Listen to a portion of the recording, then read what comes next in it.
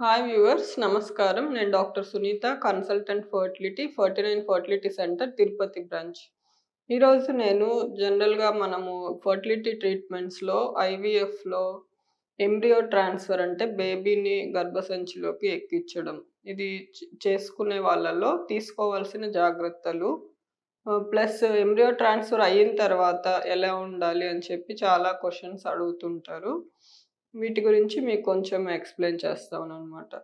జనరల్‌గా మనకి IVF ప్రొసీజర్‌లో first 2 steps లాగా ఉంటుంది. ఫస్ట్ స్టెప్ వచ్చి ఎగ్స్ పెరగడానికి ఇంజెక్షన్స్ ఇవ్వడం. నెక్స్ట్ ఎంబ్రియోస్‌ని ల్యాబ్‌లో తయారు చేసుకోవడం వాటిని. అంతవరకు ఒక పార్ట్. నెక్స్ట్ వచ్చి లైనింగ్ పెరగడానికి మెడిసిన్స్ ఇవ్వడము. లైనింగ్ పెరిగిన తర్వాత ఎంబ్రియోస్‌ని ఎక్కించడం. ఇది ఇట్లా 2 పార్ట్స్ కింద ఉంటుంది.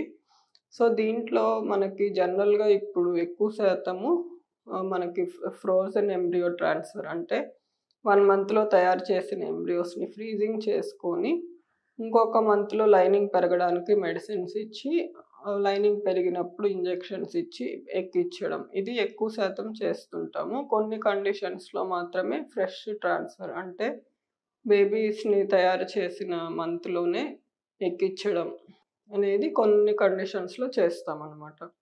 సో, జనరల్‌గా ఇప్పుడు ఎంబ్రియోస్ ఫ్రీజింగ్ చేసిన తర్వాత లైనింగ్ కోసం మెడిసిన్స్ ఇచ్చేటప్పుడు తీసుకోవాల్సిన జాగ్రత్తలేంటంటే, ఫస్ట్ పీరియడ్స్ అయిన సెకండ్ డే డాక్టర్ మీకు చెక్ చేసి స్కానింగ్‌లో, బ్లడ్ టెస్ట్‌లలో చెక్ చేసి టాబ్లెట్స్ అనేటివి ప్రిస్క్రైబ్ చేస్తారు.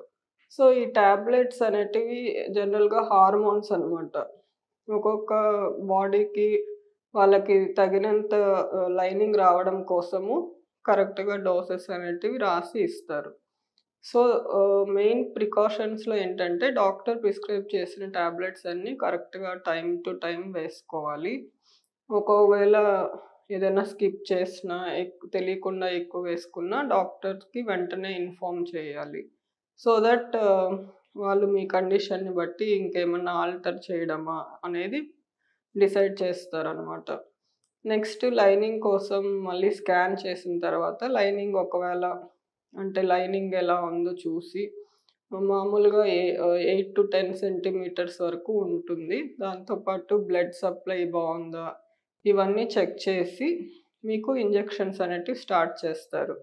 జనరల్‌గా ఏంటంటే డే 5 ఎంబ్రియో అయితే 5 డేస్ ఇంజెక్షన్స్ ఇచ్చి సిక్స్త్ డే ఎంబ్రియోని ఎక్కిస్తారు. డే 3 ఎంబ్రియోస్ అయితే 3 డేస్ ఇంజెక్షన్స్ ఇచ్చి ఫోర్త్ డేకి ఎంబ్రియో ఎక్కిస్తారు. ఇప్పుడు ఎక్కువ శాతం మనం డే 5 ఎంబ్రియోసే చేస్తాము. ఎందుకంటే వాటిలోనే గ్రేడింగ్ గానీ, ప్రెగ్నెన్సీ ఛాన్సెస్ కానీ బావుంటుంది కాబట్టి. సో, ఇంజెక్షన్స్ ఏవైనా గూడా స్కిప్ చేయకుండా కరెక్ట్‌గా టైంకి వేసుకోవాలనమాట. ఈ ప్రొసీజర్ టైంలో మీకు అంటే అదర్ కండిషన్స్ లైక్ థైరాయిడ్ గానీ, డయాబెటిస్ కానీ ఉంది అంటే కంపల్సరీగా వాటిని రెగ్యులర్‌గా కంటిన్యూ చేస్తూ ఉండాలనమాట. దాంతో పాటు నెక్స్ట్ ఎంబ్రియో ట్రాన్స్‌ఫర్ రోజు ఎక్కువ టెన్షన్ పడకుండా ముందు రోజు మంచిగా 8 అవర్స్ ఆఫ్ స్లీప్‌తో రావాలి. ఎంబ్రియో ట్రాన్స్‌ఫర్ అనేది చాలా చిన్న ప్రొసీజరు. దీనికి మత్తివ్వడం గానీ అలా ఏముండదు. సో, టెన్షన్ పడకుండా రావాలి. నార్మల్‌గా ఏంటంటే అంటే యూరిన్ వచ్చేటట్టు ఉన్నప్పుడు స్కాన్‌లో చూస్తూ ఎంబ్రియోస్‌ననేటివి ఎక్కిస్తారు. సో, వాటర్ తాగమని ఒక 1-2 అవర్స్ మీకు చెప్తారనమాట.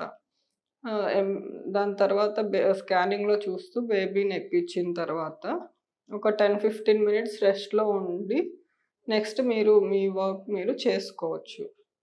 చాలామందేంటంటే బెడ్ రెస్ట్‌లో ఉండాలా? ఇంకా ఎలాంటి జాగ్రత్తలు తీసుకోవాలి అని అడుగుతారు. నార్మల్‌గా ఈ 10-15 మినిట్స్ తర్వాత మీరు వెళ్ళి నార్మల్ ఇంట్లో చిన్న చిన్న వర్క్స్ అన్నీ చేసుకోవచ్చు. కాకపోతే హెవీ ఎక్సర్‌సైజెస్ అలవాటు లేని పనులు ఇలాంటివి చేయకూడదనమాట. మెయిన్ ఇంపార్టెంట్ థింగ్ ఎంబ్రియోని ఎక్కించిన తర్వాత సపోర్టివ్ మెడిసిన్స్ అనేవి కరెక్ట్‌గా డాక్టర్ ప్రిస్క్రైబ్ చేస్తున్నట్టు చేసుకోవాలి. నెక్స్ట్ ఆ రోజే ట్రావెల్ చేయొచ్చా అని కొంతమంది అడుగుతారు. మనము ఆ రోజు అంటే ట్రావెల్ చేయొచ్చు. కొంచెం స్మూత్ వేస్‌లో ఉండేటట్టు చూసుకోవాలి. మరి ఎక్కువ గతుకుల రోడ్డు కాకుండా ప్లాన్ చేసుకోవాలి. నెక్స్ట్ ఏంటంటే, ఎక్కువ క్రౌడెడ్ ప్లేసెస్‌ని అవాయిడ్ చేయమని చెప్తాము. ఎందుకంటే, ఏదన్నా ఫీవర్స్ ఒచ్చి ఇన్ఫెక్షన్స్ క్యాచప్ అయ్యే ప్రమాదం ఉంటుంది కాబట్టి. సో, ఫీవర్ అనేది బాడీలో అన్నిటి మీద ఎఫెక్ట్ పడుతుంది కాబట్టి, ఇలాంటివి అవాయిడ్ చేయమని చెప్తాము. తీసుకోవాల్సిన ఫుడ్స్ ఎలాంటివి తీసుకోవాలి అని అడుగుతారనమాట. కామన్‌గా అన్నీ మనం పపాయ, పైనాపిల్ కాకుండా మిగతావన్నీ తినొచ్చు అని చెప్తాము. కాకపోతే ఇచ్చే మెడిసిన్స్‌లో ఆహ్, ప్రొజెస్ట్రాన్ ఇలాంటివన్నీ ఉంటాయి కాబట్టి, కొంచెం గ్యాస్ట్రైటిస్ దాంతో పాటు కాన్‌స్టిపేషన్ అంటే రిస్క్ అనేది ఉంటుంది.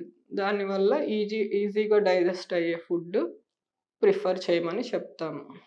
And vegetables, fruits, dry fruits ఇలా అన్ని రకాలు ఉండేటట్టు చూసుకోవాలి. హైడ్రేషన్ గూడా అడిక్వేట్‌గా మెయింటైన్ చేయాలి. కొంతమంది వాటర్ తాగకుండా అలా చేస్తుంటారు. సో, ఇలాంటివన్నీ చేయగూడదనమాట. నెక్స్ట్ ఒక 14 డేస్ తర్వాత మీకు ప్రెగ్నెన్సీ టెస్ట్ చేస్తారు. దాన్ని బట్టి రిజల్ట్ అనేది తెలుస్తుంది.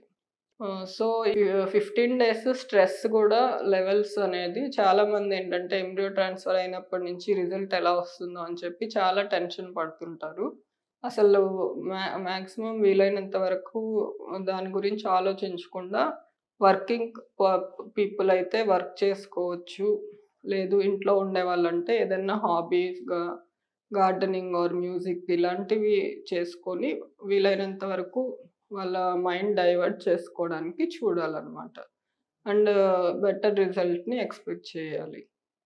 So, hope this video is useful for you. Thank you very much.